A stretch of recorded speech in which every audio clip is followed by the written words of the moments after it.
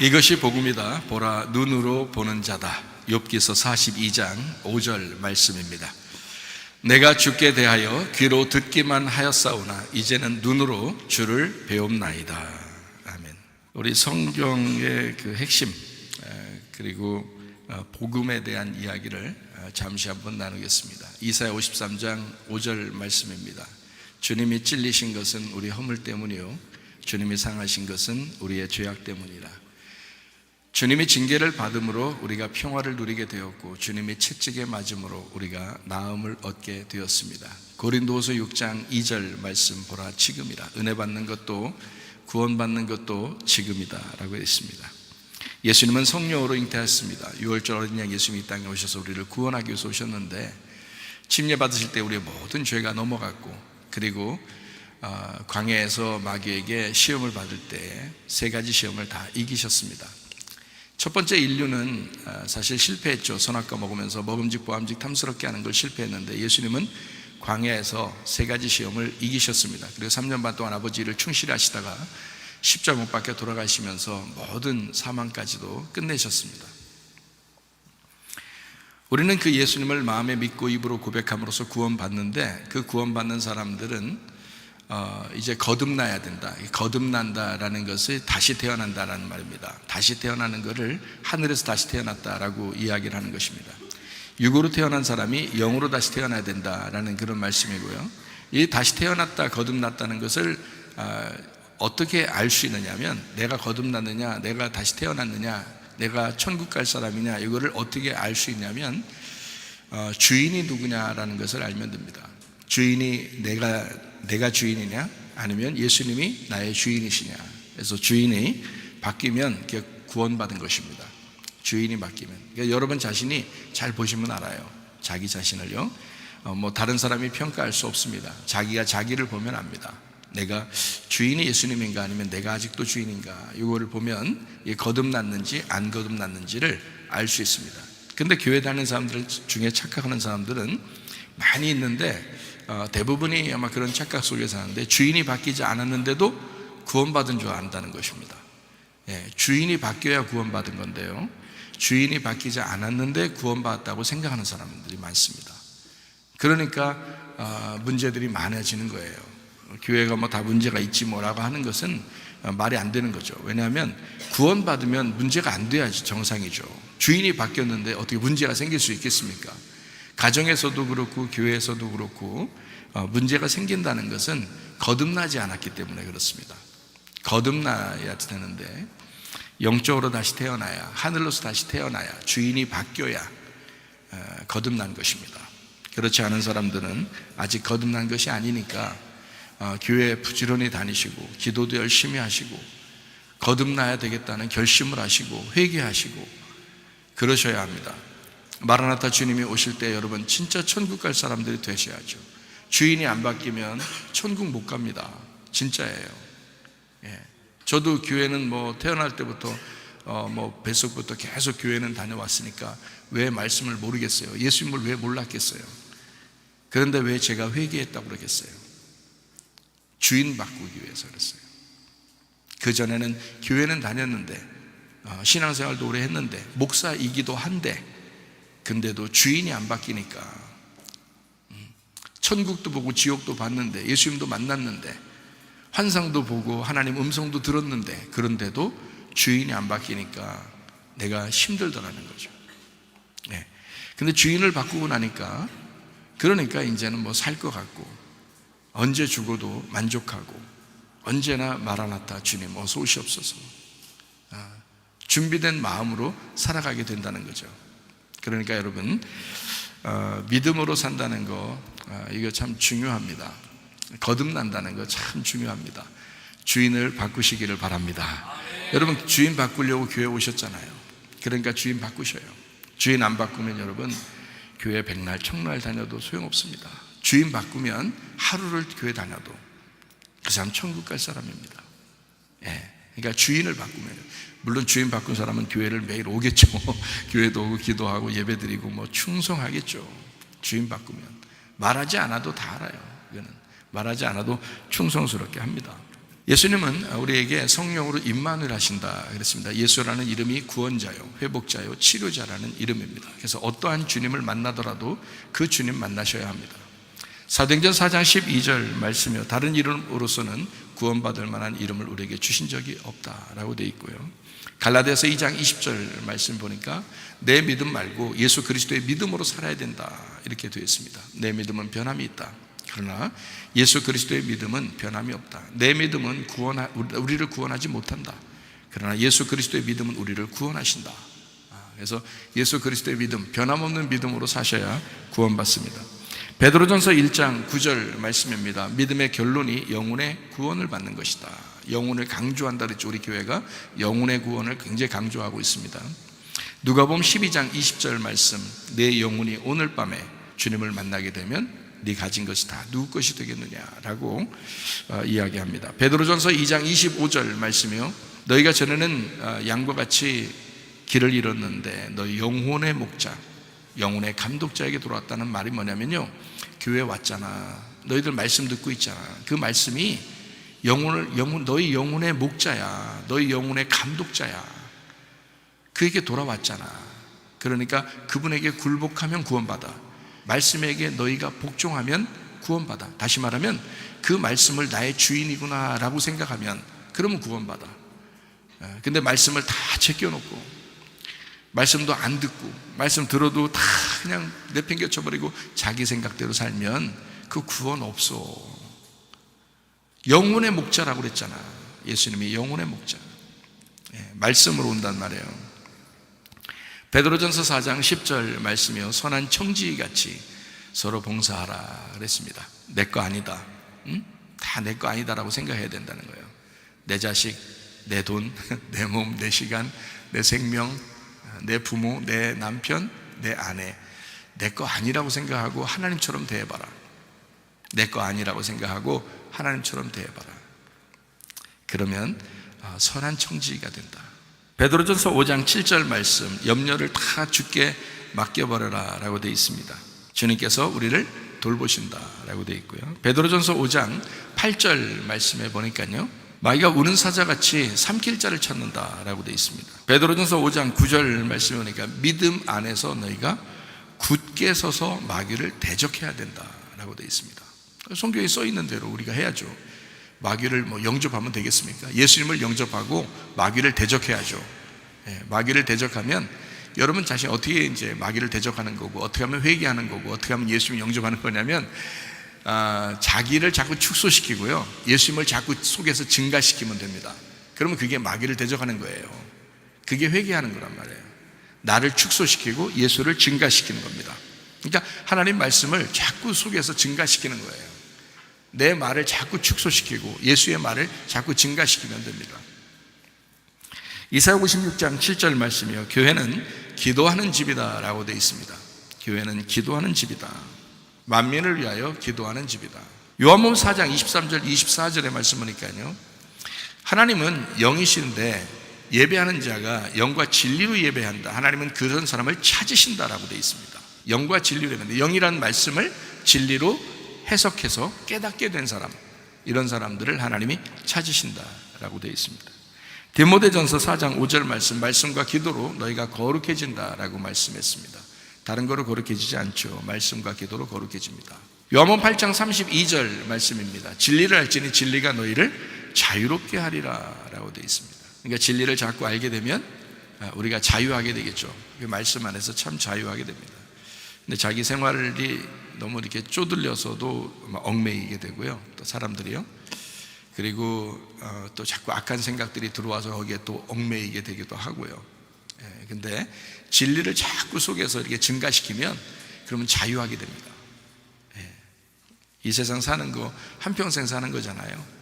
근데 이 세상에서 막 한평생 사는데 엄청나게 이렇게 잘 살아보세요 하려고 사는 것도 의미가 있겠지만 그건 한평생이잖아요. 그런데 영원한 세상이 우리에게 있다고요.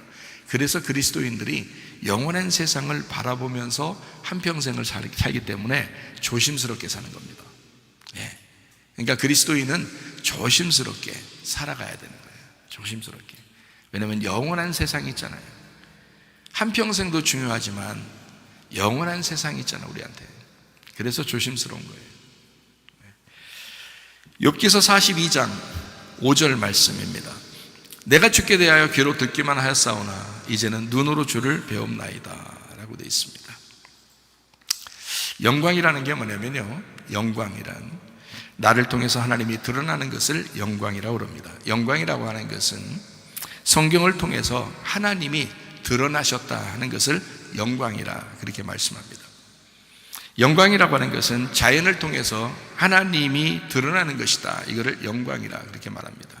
영광이라고 하는 것은 부활이 내 속에서 또 각처에서 부활이 일어나는 것, 부활이 나타나는 것, 이것을 영광이라고 합니다. 그래서 예수님이 영광을 받으실 때에 하나님의 성령이 오신다고 그러거든요. 그 영광을 받으신다는 말은 예수님이 부활하셔야 성령이 오시는 거야 라는 그런 말씀입니다. 그래서 성경의 영광은 드러나는 것이에요. 뭐가 드러나는 거예요. 근데 선한 것, 하나님이 드러나는, 하나님이 나타나는, 이것을 영광이라고 합니다. 하나님 영광 가운데 계시고요, 또 영광이여 내게 찾아오시옵소서 라고 하면 하나님이 나에게도 드러나셔야 되겠죠.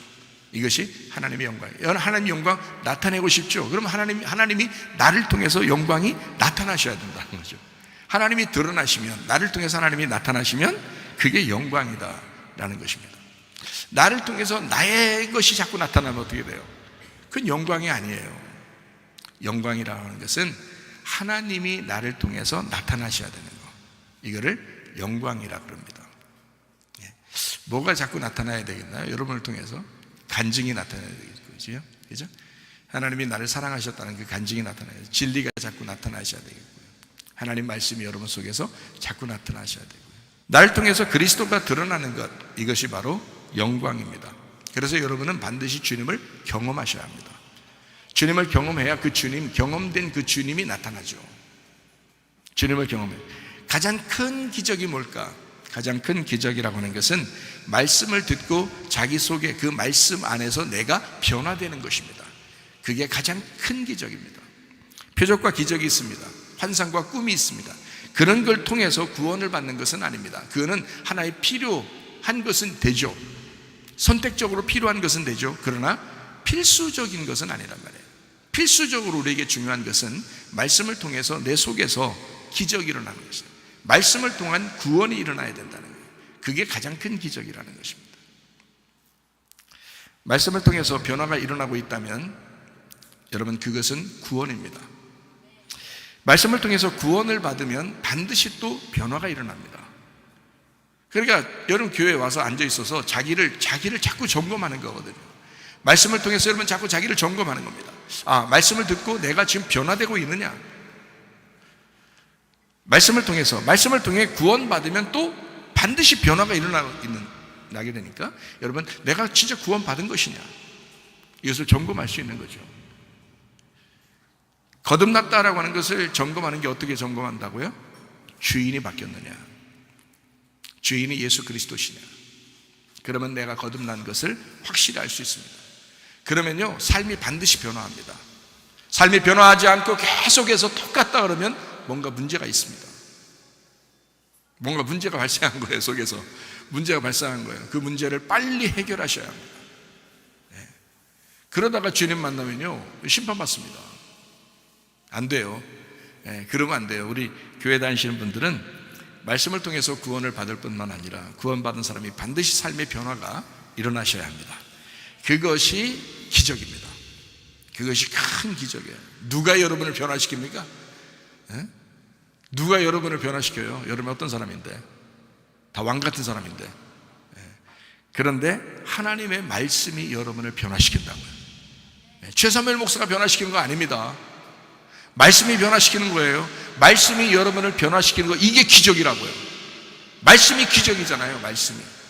말씀이 여러분 속에서 나타나는 거예요. 가장 큰 기적은 회개 자체에 있습니다. 내가 회개할 마음이 생겼다, 그게 기적이지 뭐예요. 그런 마음이 안 생기던 사람이 내가 회개해야 되겠다, 그런 마음이 생겼다는 거, 이건 엄청난 기적입니다. 회개해야 되겠다라는 마음이 생겼다는 거예요. 그것만큼 놀라운 기적이 어디 있습니까? 여러분 생각해 보세요. 그 사람 가만히 두면 회개할 생각을 안 합니다. 근데요, 어느 날 갑자기 회개하고 싶어져요. 기적이 일어난 것입니다. 가장 큰 구원의 기적은 변화되겠다라고 하는 그 결심 자체에 있습니다. 내가 변화돼야 되겠다. 누가 여러분을 변화시킵니까? 근데 자기도 모르게 속에서 갑자기 변화돼야 되겠다라고 갑자기 막 마음이 올라와요. 엄청난 구원의 기적이죠. 엄청난 구원의 기적입니다. 그리고 이 구원 받으면, 그 기적이 일어나면 예배가 목적입니다. 그 사람들은 반드시 예배를 드리게 되어 있습니다. 예배를 사모하게 되어 있습니다. 예배가 목적이기 때문에 그렇습니다. 그래서 예배를 망치지 않으려고 굉장히 노력합니다. 예배에 목숨을 겁니다. 왜? 구원받았으니까, 말씀에 기적이 일어났으니까, 예배가 목적이니까, 우리 인간의 목적이 예배였으니까. 하나님은 인간 창조의 목적을 예배에 두었습니다. 예배하게 하려고 인간을 만드셨으니까, 예배가 목적이니까 예배 때문에 자기 목숨을 건다고요. 그래서 어떠한 일이 있어도 예배에 충실합니다. 예배 참석해서 자기가 어떻게든지 딴짓 안 하려고 굉장히 노력합니다. 왜냐하면 예배가 목적이었으니까, 자기가 살아가는 목적이 예배였으니까, 예배 때문에 자기가 존재하는 거였으니까, 하나님은 그것으로 인하여 창조를 했으니까. 예배를 드리는 목적은 왜 예배를 드리나요? 하나님을 알게 하려고 하는 것입니다. 하나님을 알게 하려고. 그래서 영과 진리 예배라고 그런 거예요. 하나님을 알게 하려고 예배 드리라고 했던 것입니다. 사람들이 잘 모르잖아요. 하나님을 잘 모르잖아요. 인간을 창조했어도요, 아담과 하와를 창조했어도 하나님이 누군지를 몰라요. 그러니까 이 사람들을 예배하는 장소로 에덴 동산 안으로 집어넣은 겁니다. 집어넣어서 거기서 농사하라고 한 것입니다. 그 농사가 예배거든요. 예배라는 단어입니다. 그 예배하라고 그 에덴 동산 안에 집어넣은 것입니다. 그럼 왜 하라고 그러는 거예요? 자기 마음을 갈아엎어서 하나님을 알라고 그러는 것입니다. 하나님의 씨앗을 심으라고 그러는 것입니다. 그래서 아담과 하와 둘이 놓고요, 거기다가 하나님의 씨앗을 그 안에 집어넣으려고, 하나님을 알게 해주려고요, 에덴 동산 안에 집어넣은 것입니다. 하나님을 왜 알아야 되나요? 여러분, 교회 와서 예배를 드렸습니다. 하나님을 왜 알아야 돼요? 하나님을 아는 것이 목적인데, 하나님 알았어요. 하나님 알았어요. 그럼 어떻게 하라고요? 하나님 알았으면 어떻게 하라고요? 교회 되라고요. 교회 되라고. 교회 돼서 그리스도의 몸으로 살으라고요. 하나 되라고요. 교회 안에서 하나 되라고요. 그러려고 하나님 아는 것입니다. 하나님 아는 것은 예배를 통해서 알게 되는 것입니다. 예배를 드린다는 것은 거듭나야 예배를 드리는 것입니다. 자, 됐어요? 자, 거듭나면 예배 드리게 돼 있고요, 예배 드리면 하나님을 알게 돼 있고요, 하나님 알게 되면 교회와 하나 됩니다. 이해가 되시겠습니까? 그러면 그리스도의 몸으로 자기가 되는 거죠. 그리스도의 몸이 되는 거죠. 그러니까 그리스도의 몸이 돼서 하나님과 하나로 같이 살아가자라는 것이 하나님의 목적이에요. 성경의 목적, 예배 드리는 목적. 욥기서 1장 6절 말씀입니다. 하루는 하나님의 아들들이 와서 여호와 앞에 섰고 사탄도 그들 가운데 온지라. 욥이라고 하는 고난의 사람이 있습니다. 의인으로서 죄인으로 고난받는 대표적인 사람이 욥입니다. 그래서 이 사람을, 욥기서를 여러분 볼 때 고난받는 욥에 대한 이야기를 여러분 잘 알죠? 욥기서를 잘 볼 때요, 여러분, 이게 지금 욥이 어떤 사람이냐, 누구냐라는 것을 알고 봐야 됩니다. 욥은요, 예수님을 상징하는 인물입니다. 고난받는 예수님을 상징하는 인물이에요.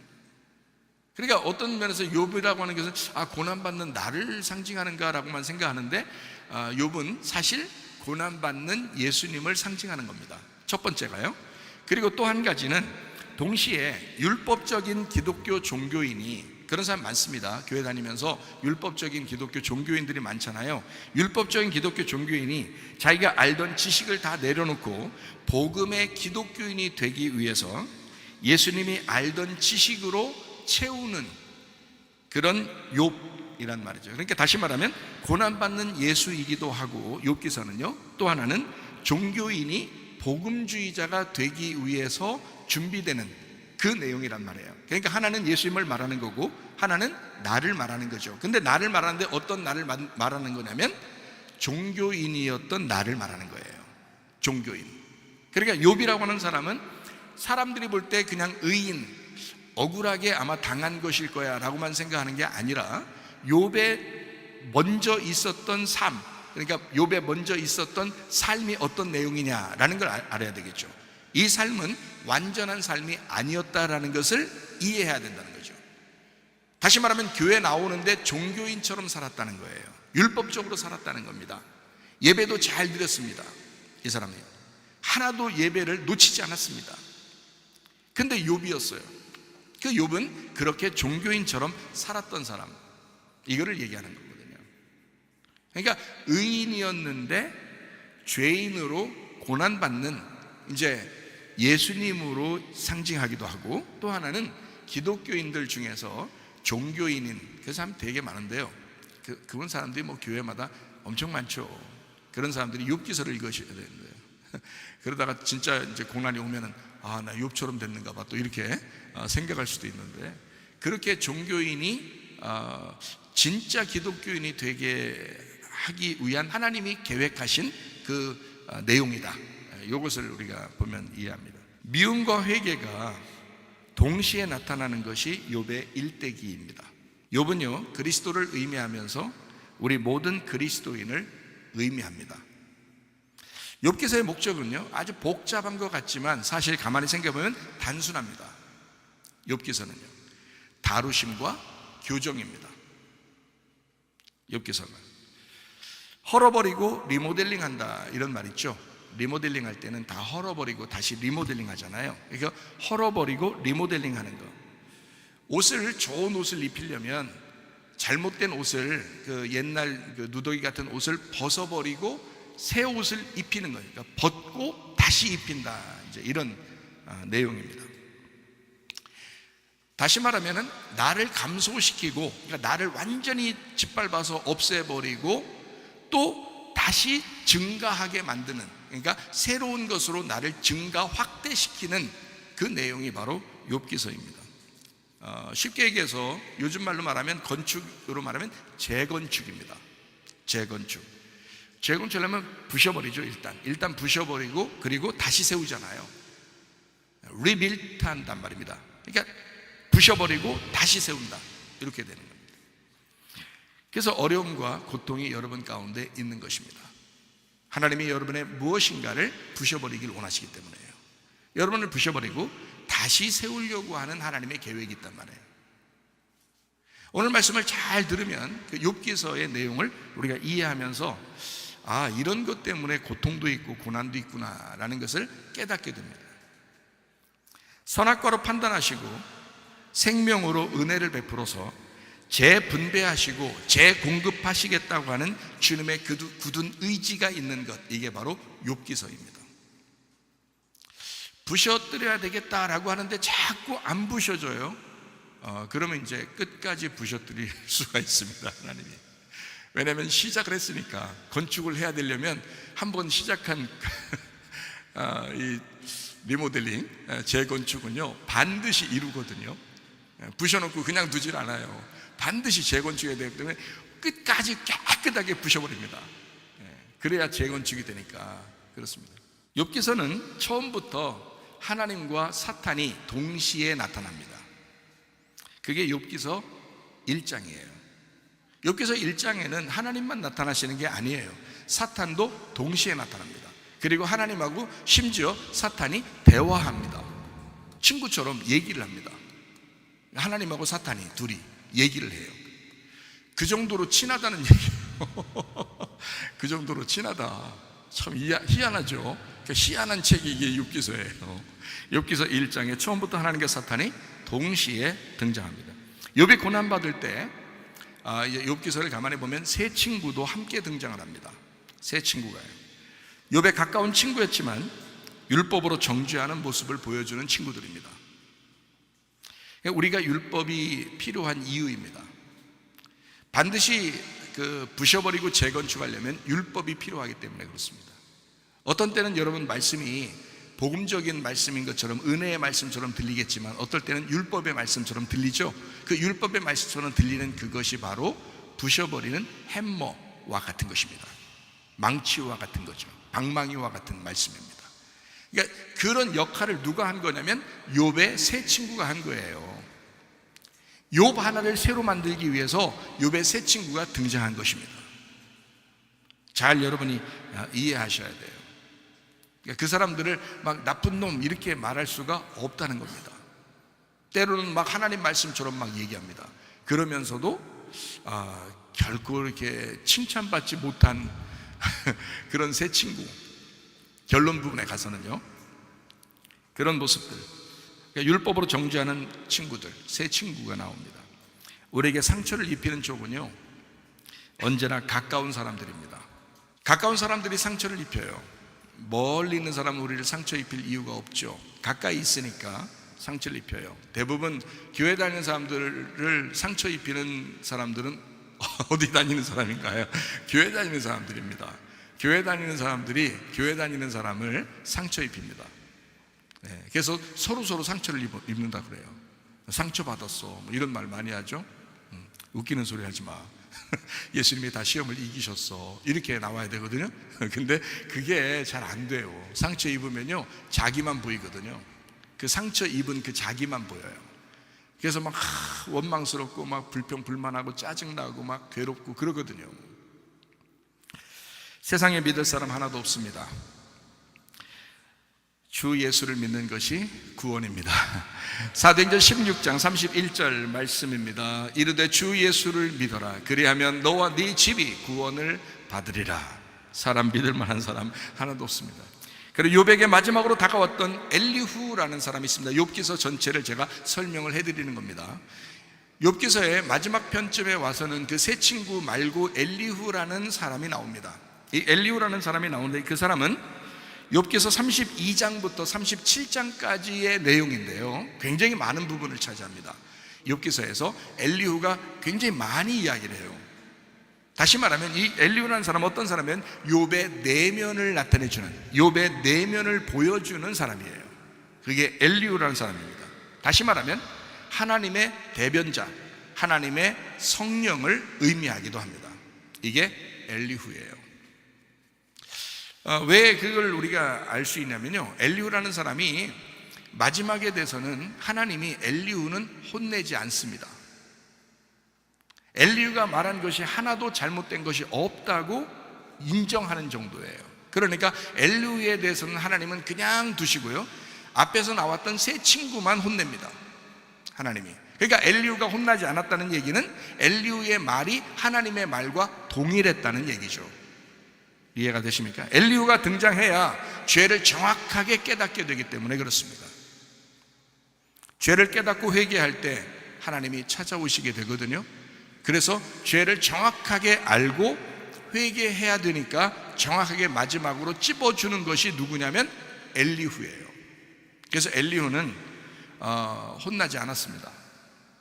죄를 회개해야 사람을 회복시키니까, 다시 건축이 가능하니까 완전히 가루까지 막 내서 완전히 부셔버리는, 그게 바로 엘리후의 역할이었습니다. 여러분 주변에도 그런 사람이 있습니다. 하나님 말씀을 증거한다고 하면서 이렇게 앞에서 이렇게 설교하는 이런 사람도 있기 때문입니다. 여러분을 완전히 가루내서 바닥을 싹 쓸어버릴 정도로 그렇게 말하는 사람도 있어야 합니다. 그래야 회개하죠. 회개해야 하나님의 사람이 되죠. 이해가 되십니까? 우리 안에는 하나님과 사탄 같은 마음이 함께 공존합니다. 우리 안에 사탄의 마음이 깨지면 하나님의 마음으로 살아가게 돼 있습니다. 하나님의 지식이 부족하게 되면 반대로 사탄의 생각으로 살아가게 돼 있습니다. 그래서 하나님의 생각들을, 하나님의 지식들을 자꾸 집어넣어야 된다고 하는 말씀입니다. 하나님은 사탄에게 욥의 모든 소유를 맡기면서도 그의 몸에는 손을 대지 못하게 했습니다. 욥기서 1장 12절 말씀입니다. 여호와께서 사탄에게 이르시되 내가 그의 소유물을 다 네 손에 맡기노라. 다만 그의 몸에는 네 손을 대지 말지니라. 사탄이 곧 여호와 앞에서 물러가니라. 하나님은 철저하게 우리의 고난을 통제하십니다. 영원히 그냥 고난만 내팽겨치는 그런 하나님이 아니라 고난까지도 통제하시는 하나님. 어느 정도까지야, 여기까지야 다 정하십니다. 하나님은 우리에게 닥치는 고통의 시간을 공부와 훈련이 되도록 조절하시는 하나님이십니다. 욥기서 23장 10절의 말씀입니다. 그러나 내가 가는 길을 그가 아시나니 그가 나를 단련하신 후에는 내가 순금같이 되어 나오리라. 우리를 단련하시는 주님은 고통으로 끝나게 하지 않으시는 하나님이십니다. 반드시 순금으로 다시 돌아오게 하시는 하나님. 그렇지만 우리가 인내하고 회개하셔야 합니다. 순서라는 게 있잖아요. 하나님께서 우리에게 욥기서를 통해서 가르쳐주는 어떤 순서라는 게 있잖아요. 회개하라는 겁니다. 너희가 인내하라는 겁니다. 하나님은 사탄의 의도와 시험을 모두 알고 계십니다. 그래서 시험을 참는 자가 복이 있나니 생명의 면류관을 얻게 될 것이다 라고 야고보서 1장 12절에 말씀하고 있습니다. 시험을 참는 자는 복이 있나니 시련을 견디어낸 자가 주께서 자기를 사랑하는 자들에게 약속하신 생명의 면류관을 얻을 것이기 때문이다 라고 말씀합니다. 견디어낸 이후에 생명의 면류관을 받게 될 것이다. 잠깐은 고통을 허락할 수 있어도 언제나 하나님은 사랑과 긍휼을 준비하고 계시는 하나님이십니다. 그런 하나님이심을 인정하시기 바랍니다. 욥의 고난은 잘못 없는 주님의 애매한 고난이었습니다. 동시에 욥의 고난은 다름 아닌 나와 우리 모든 죄인의 고난입니다. 죄가 하나도 없으신 예수님의 고난이면서 죄를 짓는 우리들의 고난입니다. 다시 말할까요? 자, 내가 죄를 지어서 고난을 받을 수밖에 없으니까 죄 없는 예수님이 고난을 받으셨다라는 것을 동시에 나타내 주는 말씀이 욥기서란 말이에요. 욥기서. 부셔놓고 리모델링 하시는 주님, 재건축하시는 주님, 죽이시고 부활시키시는 주님, 찢어놓고 다시 꿰매주시는 그런 주님. 호세아 6장 1절 말씀입니다. 오라 우리가 여호와께로 돌아가자. 여호와께서 우리를 찢으셨으나 도로 낫게 하실 것이요 우리를 치셨으나 싸매어 주실 것입니다. 주님은 치료의 하나님이요 구원의 하나님이요 회복시키시는 하나님입니다. 그러나 반드시 먼저 찢으시고 먼저 상처를 내시고 그렇게 하신다라고 성경은 말씀합니다. 욥을 잘 생각해 보면 압니다. 그래서 욥기서 23장 10절 말씀에 그가 나를 단련하신 후에는 내가 순금같이 되어 나올 것이다. 그런 주님을 믿으시길 바랍니다. 욥기서 42장 5절 말씀입니다. 내가 주께 귀로만 들었사오나 내가 눈으로 주님을 배움나이다. 여러분이 귀로만 하나님을 알게 되었으면 이제 눈으로 주님을 알기를 바랍니다. 욥기서 2장 9절 말씀입니다. 그의 아내가 그에게 이르되 당신이 그래도 자기의 온전함을 굳게 지키겠느냐? 하나님을 욕하고 죽으라. 세상에 이런 여자가 어디 있습니까? 자기 아내인데요, 욥기서의 아내인데요, 욥이 얼마나 그 고통을 받기 시작하니까 바로 아내가 이런 이야기를 하는 겁니다. 욕하고 죽어라. 참, 얼마나 고통스럽게 보였으면 또 그렇게 했겠는가라고 생각이 들죠. 여러분 이해가 됩니까 이 말이? 여러분이 부인이라면 남편이 그렇게 고통받고 있는데 옆에서 그런 말 하겠어요? 쉽지 않죠. 여러분은 우리 교회를 다니니까 서로 사랑하니까 관계가 서로 좋으니까 아마 그러겠지만 이 여자는 오죽했으면 이런 말 할까 뭐 이런 생각도 들겠죠, 그죠? 근데요 여기 있는 말을 다시 한번 짚어봐야 합니다. 그 말씀을 좀 잘 이해해야 된다 그 말입니다. 여기서 이 여자가 그에게 이르되 당신이 그래도 자기의 온전함을 굳게 지키겠느냐? 자, 네가 그렇게 잘났느냐? 이 말이에요. 네가 그렇게 완전하냐? 이 말이거든요. 네가 그렇게 완전하냐? 하나님을 욕하고 죽으라 할 때 그 욕하고 뭐 다른 성경에는 뭐 저주하고 죽어라 이렇게 되어 있거든요. 그 욕하고 그 저주하고라는 단어가 이렇게 되어 있어요. 바라크. 바라크. 이 바라크라고 하는 이 단어가 어떤 단어냐면요, 무릎 꿇어 경배하고 예배하라라는 단어입니다. 바라크하고 죽어라 이렇게 말하거든요. 이 말이 무슨 말이냐면요, 잠언서 27장 14절 말씀 보면 이렇게 되어 있습니다. 이른 아침에 큰 소리로 자기 이웃을 축복하면 도리어 저주같이 여기게 되리라 라는 말도 있죠. 그러니까 사람을 내가 널 축복해 큰 소리, 그렇게 진짜 축복하려면요 조용히 가서 축복하면 되거든요. 근데 막 사람들 앞에서 축복해 막 이런 식으로 하면요, 이 사람 대단한 사람이야, 이건 칭찬이 아니죠. 진짜 대단한 사람이면 다른 사람한테 가서 조용하게 얘기하는 겁니다. 야, 저 사람 대단한 사람이야. 이 사람 모르게 해야 되잖아요, 그죠? 근데 이 사람 대단한 사람이야 그러면 뭐 벌써 어떻게 된 거예요? 이 사람한테 자기가 인정받으려고 하는 거잖아요. 야, 온라인 팀들 대단한 사람이야, 내가 이렇게 얘기해주면 벌써 그 사람들한테 내가 뭔가 뭐 점수 따려고 그러는 거잖아요. 근데 진짜 온라인 팀들을 칭찬하려면 어떻게 해야 돼요? 다른 사람들한테, 이 사람들이 안 들을 때 다른 사람들한테 가서 야, 온라인 팀들 대단해 진짜, 이런 사람들 진짜 대단해, 이 사람들 때문에 내가 목회할 맛이나 라고 얘기했어요. 그러면 그 사람들이 어느 날 가가지고요 온라인 팀들한테 얘기한다고요. 야, 목사님이 그렇게 너희들 막 힘들게 시키는 것 같지? 야, 속에는 얼마나 너희들 인정하고 신뢰하고 믿는지 몰라. 이거를 그 사람들이 얘기해줘. 그게 진짜라고요. 그게 진짜 축복이란 말입니다. 그러니까 큰 소리로 사람들에게 축복하면 그게 오히려 저주같이 되는 것이다, 이렇게 되잖아요, 그죠? 여기에 욥기서의 2장 9절에 나타나는 여기 여자가 남편에게 욕하고 죽어라 라는 말은 무릎 꿇어 경배하고 복을 빌고 죽어라 라는 바라크라는 단어를 쓴 것입니다. 그러니까 조금 더 이해가 되겠죠, 그죠? 여러분이 좀 이해되려고 그러죠? 이해 완전히 된 게 아니라 이해되려고 그러잖아요. 여러분, 성경에 보면요, 이게 우리를 고소하는 자가 있습니다. 우리를 고소하는 자, 사탄입니다. 우리를 고소하는 자가, 우리가 잘해도 고소하고 우리가 못해도 고소하고, 하여튼 고소해.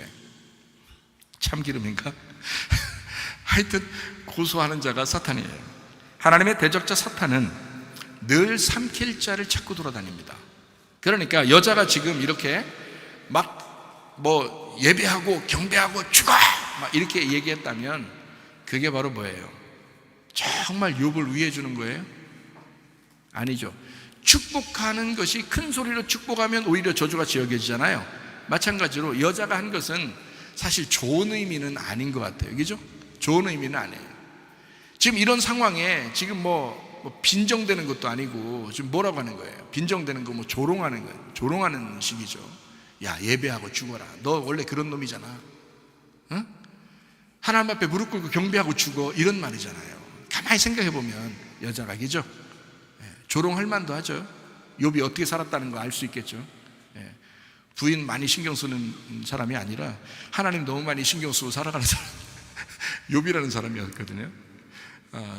하나님 진짜 신경 쓰면 부인한테도 잘했어야지. 그럼 이런 욕은 안 얻어먹을 거 아니에요. 베드로전서 5장 9절 말씀해 보니까 마귀는 삼킬 자를 찾는다 그랬어요. 그러니까 늘 마귀가 옆에, 그 고소하는 자가 옆에 있기 때문에 우리가 늘 조심해야 돼요. 정신 차리라 그러잖아요. 정신 차리라. 이미 삼켜버린 사람은 찾지도 않습니다. 삼킬만 해야 삼키는 겁니다. 다시 말하면 어중간한 사람, 이런 사람을 찾아 돌아다닙니다. 어중간한 사람. 여러분 신앙이 어떻습니까? 완전히 성령 충만한 사람은 건들지도 않습니다. 이미 먹혀버린 사람도 건들지도 않습니다. 가만 내비둬도 예배 망쳐버릴 거니까. 어차피 그 사람은 가만 내비둬도 예배 망쳐버릴 거니까, 딴 생각할 거니까, 딴짓 할 거니까 내비둬도 되니까. 이미 삼켜버렸으니까, 마귀에게 이미 농락당했으니까 내비둔다 이 말이에요. 근데 어중간한 사람이 있어요. 말씀을 듣는 것 같기도 하고 안 듣는 것 같기도 하고, 어중간한 사람. 주님을 사랑하는 것 같기도 하고 안 사랑하는 것 같기도 하고, 예수님이 주인인 것 같기도 하고 자기가 주인인 것 같기도 하고, 이런 어중간한 사람들, 그런 사람들은 사탄이 반드시 고소자입니다. 하나님의 율법 앞에서 우리를 늘 고소합니다. 사탄은요, 꼬투리 잡기의 명수입니다. 꼬투리 잡기의 활명수, 꼬투리 잡기의 가스명수. 이게 사탄이에요. 걸렸다 하면 모두 넘어뜨릴 힘이 사탄에게 있습니다. 걸렸다 하면 안 걸려야 돼요. 가장 좋은 방법은 안 걸리는 방법이에요. 그러니까 근신하라, 깨어라, 정신 차려라. 마귀에게 안 걸리거든요. 근데 정신 못 차렸으니까 네가 걸리는 거야. 염려, 근심, 걱정, 슬픔, 괴로움, 네 속에 고통, 원망, 짜증, 불평 다 있으니까 이건 뭐 밥이거든요. 그런 건 사탄이 밥이에요, 밥. 그런 사람들은 자랑할 거 하나도 없습니다. 교회 다니면서 마귀가 계속 넘어뜨릴 자를 찾고 있거든요. 조심해야 합니다. 그래서 우리가 스스로 이길 수 없으니까 이길 힘이 우리에게 없잖아요. 그래서 성경은 우리가 주님을 믿고 의지해야 된다, 정신 차리고 근신하여 깨어 기도해야 된다라고 성경은 말씀하고 있는 것입니다. 사탄은 욥의 모든 소유물을 가져가 버렸습니다. 아마 이렇게 멸망한 사람은 아마 흔치 않을 거예요. 이 세상 살아가는 중에 욥만큼 아마 고통받은 사람도 없을 거예요. 이 세상에서 가장 고통받은 사람, 극심한 질병으로 또 괴롭힘을 당합니다. 그래도 욥은 하나님을 탓하지 않습니다. 대단한 믿음이라고 여러분은 생각할지 모릅니다. 이번에는 아내가 등장했습니다. 그런 욥이기 때문에 아내가 등장합니다. 친구들이 알아보지 못할 정도로 만신창 하게 된 욥을 위로하기는커녕 차라리 하나님을 저주하고 욕하고 죽어버려라, 이렇게 얘기합니다. 다시 말하면 너 예배 잘 드리잖아, 바라크, 무릎 꿇어 경배하고 복을 빌고 죽어라. 그렇게 말하고 난 다음에 그 이후로 아내가 등장하지 않습니다. 욥기서에. 아마 도망갔나? 아니면 욥 안에 숨어 있나? 욥 안에니까 욥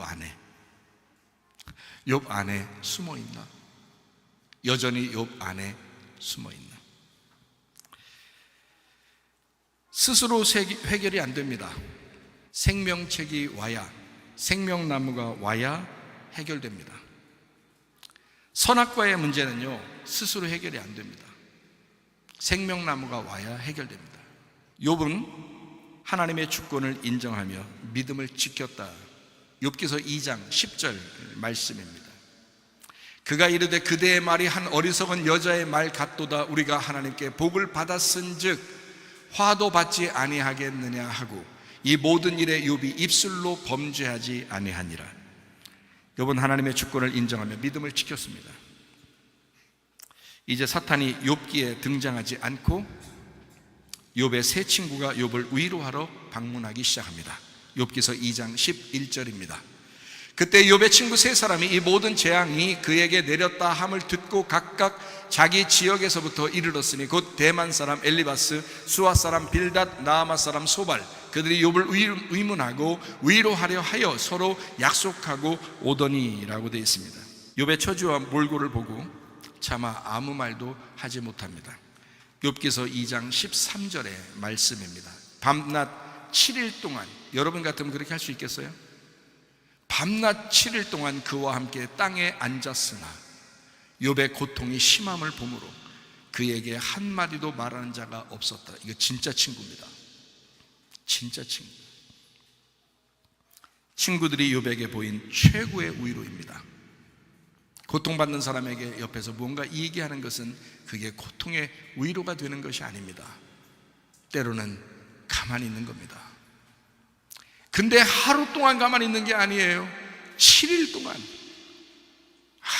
아무 말도 하지 않고 옆에 있어줍니다. 와, 이런 친구들 대단하죠. 이런 친구 대단합니다. 우리는 간혹 상처 입은 친구가 있을 때 영적이고 통찰력 있는 말을 해줘야 된다고 생각할 때가 있습니다. 그러나 가장 필요한 것은 그저 관심 갖는 겁니다. 그저 함께 있어주는 것이 더 필요할 때가 많습니다. 고통을 당해보면 알아요. 사람의 어떤 말이 위로가 안 돼요. 자기가 겪는 그 고통 힘들어요. 그냥 아무 말 안 해도 돼요. 그게 오히려 더 나을 때가 있어요. 욥의 친구는 그렇게 하는 친구였습니다. 대단한 친구였어요.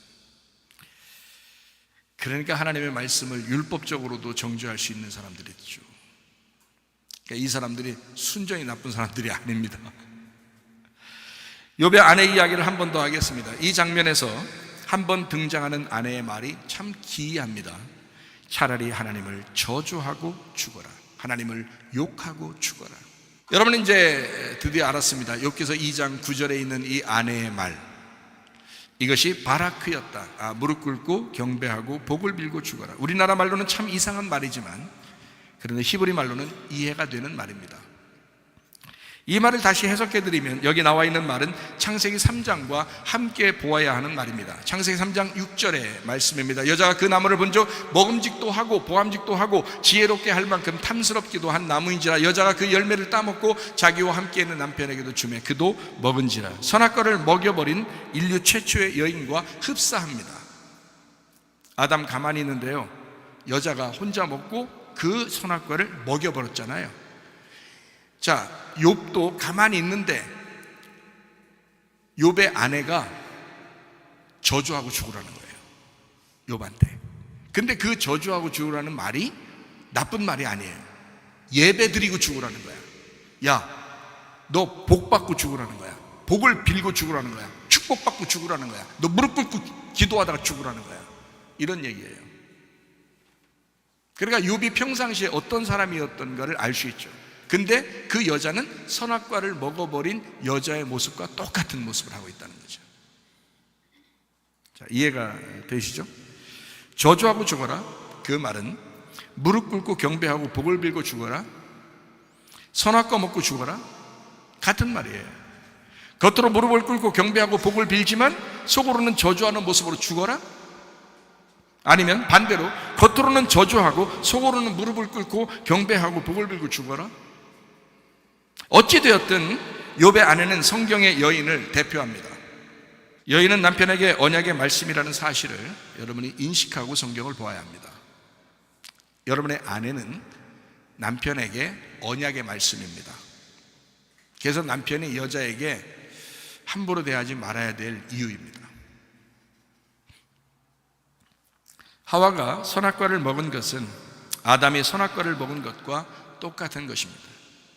하와가 아담에게 선악과를 먹여버릴 때 아담은 아무 소리 하지 않고 먹었습니다. 욥의 고난을 허락하기 위해서 아내가 등장한 것입니다. 욥이 선악과의 율법을 직시하여야 자기를 볼 줄 안다는 말씀을 알려주기 위해서 등장한 것입니다. 아내가 여기에 딱 한 번 등장하잖아요. 선악과 먹어야 돼, 그 말이거든요. 쉽게 얘기해서 선악과 먹고 죽어야 돼, 그 말이에요. 그러므로 저주하고 죽으라, 이 말은 선악과를 직시하고 먼저 선악과를 먹는 과정으로 굴복해야 된다, 이것이 순서야 라는 것을 알려준 것이 이 여자란 말이에요. 그러니까 여러분이 속으로 생각할 때는 여자 진짜 나빴다라고만 생각할지 모르지만 아담에게 있어서 하와가 진짜 나쁜 여자지만 꼭 필요한 여자라는 것을 알듯이 욥에게도 아내가 진짜 나쁜 여자지만 여자가 꼭 필요했던 여자다라는 얘기입니다. 왜? 먼저 선악과를 직시해야 되거든요. 그래야 생명나무가 찾아오는 거니까. 무슨 말인지 알죠? 자기는 선악과를 먹어보지도 않고 그냥 생명나무로만 사는 줄 알고 자기는 진짜 다 의로운 줄만 알고 살았잖아요. 욥이 항상 자기는 의로움으로 예배드리며 살았잖아요. 근데 드디어 선악과를 먹어야 그게 진짜인지 가짜인지를 안단 말이에요. 다시 말하면 율법의 말씀이 여러분에게 전달이 돼야 여러분이 진짜 신앙인인지 아닌지 그걸 안다는 거죠. 여러분의 가슴을 갈라놔야 그게 진짜인지 가짜인지 안다는 거죠. 진짜인 척 하면서 예배드리는 사람이 어디 한둘입니까? 그러니까 진짜 신앙인인지를 알려줄 수 있는 그 내용이라는 말입니다. 욥기서 2장 10절 말씀입니다. 그가 이르되 그대의 말이 한 어리석은 여자의 말 같도다. 우리가 하나님께 복을 받았은지 화도 받지 아니하겠느냐 하고 이 모든 일에 욥이 입술로 범죄하지 아니하니라. 어찌되었든 욥은 입술로 범죄하지 않았습니다. 정말 대단한 사람입니다. 우리하고는 완전히 차원이 다른 사람이에요. 차원이 다르게 살고 있어요. 대단한 율법적인 사람이고, 대단한 의로운 사람이고, 대단한 사람입니다. 그런데 잘 보세요. 여자가 등장해서 욥에게 이렇게 말한 것이 욥기서의 뒷부분이에요, 앞부분이에요? 앞부분이죠? 앞부분이잖아요. 뒷부분이 아니잖아요. 그럼 왜 여자가 앞부분에서 이 얘기를 했을까를 생각해야죠. 그렇죠? 자, 잘 보세요. 욥은 계속 죽지 않았습니다. 욥이 의로웠잖아요. 입술로 범죄하지 않잖아요. 오히려 여자를 질타합니다. 그리고 욥은 범죄하지 않습니다. 계속 의롭습니다. 죽지 않았어요. 그러니까 세 명의 친구가 와서 율법으로 정죄하기 시작하는 겁니다. 왜? 리모델링을 하려면 반드시 부셔버려야 되거든요. 여러분이 고통받는 이유입니다. 하나님은 이유 없는 고통을 주시지 않습니다. 반드시 재건축을 위해서는 부셔버리는 고통이 필요하기 때문에 고통을 받아야 되는 거거든요. 욥기서가 쓴 이유입니다. 욥기서가 쓰여진 이유. 죽으면 끝날 것인데 아직 죽지 않았습니다. 하나님은 우리가 죽을 때까지 시험하실 것입니다. 여러분을 죽을 때까지 시험합니다. 그래서 진짜 막 만신창이가 됐다. 끝. 시험 끝. 생명의 멸류관 시작. 그럴 수 있어요. 율법으로 죽기를 바라시는 하나님, 그것으로 끝을 보는 하나님이 아닙니다. 선악과를 먹고 정죄받아 죽은 자를 생명나무로 다시 살리시는 하나님, 그런 하나님이시다 이 말이에요. 하나님을 정확하게 아는 것이 중요합니다. 욥기서 42장 5절 말씀이요, 내가 주께 대하여 귀로 듣기만 하였사오나 이제 눈으로 주님을 배웁나이다. 욥기서 7장 15절 말씀입니다. 이러므로 내 마음이 뼈를 깎는 고통을 겪나니 차라리 숨이 막히는 것과 죽는 것을 택하리이다. 욥의 슬픔을 짐작할 수 있습니다. 고통을 받은 인간 중에 아마 욥이 가장 최고일 겁니다. 예수님의 고통을 견줄 만한 고통이었으니까 욥의 고통은요, 보통 사람의 고통이 아니었습니다. 예수님도 그 시대 가장 극형에 처하잖아요. 욥도 그 시대에 또 지금까지도 가장 극한 고난을 당한 사람입니다. 욥도 자기가 잘못을 알지 못하고 고통을 받게 됩니다. 한편으로는 억울하고 괴로웠을 것입니다. 그러나 하나님은 반드시 뜻을 정하고 고통을 허락하시는 하나님이십니다. 하나님은 약속하시고 그리고 고통을 정하시는 거죠. 그러니까 여러분 생각해봐요. 약속을 몰라서 그런 거지, 약속만 여러분이 알고 있다면 견딜 수 있는 겁니다. 약속을 모르니까 이런 고통이 왜 왔지? 이런 억울한 고통이 왜 왔지? 하지만 약속이 있으면 그럼 고통 받을 수 있는 거예요. 가나안 땅이라는 약속이 있으면요, 광야를 통과할 수 있는 겁니다. 그런데 가나안 땅에 약속도 안 해놓고 고통을 그냥 광야 통과하게 만들면 못 견뎌요, 인간은. 근데 가나안 땅에 약속이 있으니까 그걸 믿고 오라는 거거든요. 그걸 지킨 사람이 여호수아 갈렙이에요. 근데 많은 사람이 지킬 수 없다는 겁니다. 그냥 고통만 생각하는 거예요. 자기 앞에 닥친 고통만 생각하는 거예요. 내가 뭐 잘못해서, 왜 나한테, 왜 하필 나한테 막 이런단 말이에요. 그러니까 앞에 안 보이는 거예요. 가나안 땅이 안 보이는 거예요. 그 약속이 안 보이는 거예요. 그래서 고통이 더 가중되고 힘들고 불평, 불만, 짜증, 원망, 아주 그냥 고통스럽고 슬프고 괴롭고 이런 게 더 많은 거예요. 욥도 마찬가지였습니다. 하나님은요, 뜻을 정하고 고통을 허락하시는 하나님이십니다. 약속을 하시고 고통 주는 하나님이지, 약속도 안 하고 그냥 무작정 고통이나 받아봐라, 그건 하나님이 주시는 게 아니에요, 여러분. 예레미야 애가 3장 33절 말씀을 한번 볼까요? 주께서 인생으로 고생하게 하시며 근심하게 하심은 본심이 아니시로다. 하나님의 본심은 아니다. 하나님 우리에게 고통 주는 것을 즐거워하시는 분이 아니라 이 말입니다. 시편 8편 4절 5절 말씀입니다. 사람이 무엇이기에 주께서 그를 생각하시며 인자가 무엇이기에 주께서 그를 돌보시나이까. 그를 하나님보다 조금 못하게 하시고 영화와 존귀로 관을 씌우셨나이다. 하나님은 사람을 위대하고 고귀한 존재로 생각하시는 하나님이십니다. 여러분 절대 버리지 않습니다. 걱정하지 않으셔도 됩니다. 심지어 여러분 죽음까지도 귀중하게 보시는 분이 하나님이십니다. 시편 116편 15절 말씀입니다. 그의 경건한 자들의 죽음은 여호와께서 보시기에 귀중한 것이로다. 욥기서 7장 15절 말씀에 보니까 욥은 고통 때문에 어땠다는 거예요? 죽고 싶었다. 죽고 싶었다. 얼마나 고통이 심하면 그럴까 제가 짐작할 수 있습니다. 저도 한때 죽고 싶은 적이 있었거든요. 모든 일이 뒤틀어지고 더럽게 꼬여나가고 진짜 내가 할 수 있는 게 아무것도 없고 내가 죽을 수밖에 없으니 차라리 하나님 내가 죽을 수밖에 없으니 내가 죽는 것은 안 되니 하나님이 나를 죽여주셨으면 좋겠다라고 생각한 적이 제가 한두 번이 아닙니다. 병원에서 죽는다는 진단이 나오니까 오히려 기뻤다 그랬죠. 모든 것은 쉽게 내려놓을 수 있었어요. 왜냐하면 죽고 싶었으니까. 그 정도로 고통이 있었으니까. 누가 죽는다고 얘기만 해줘도 너무 기쁘다 이 말이에요.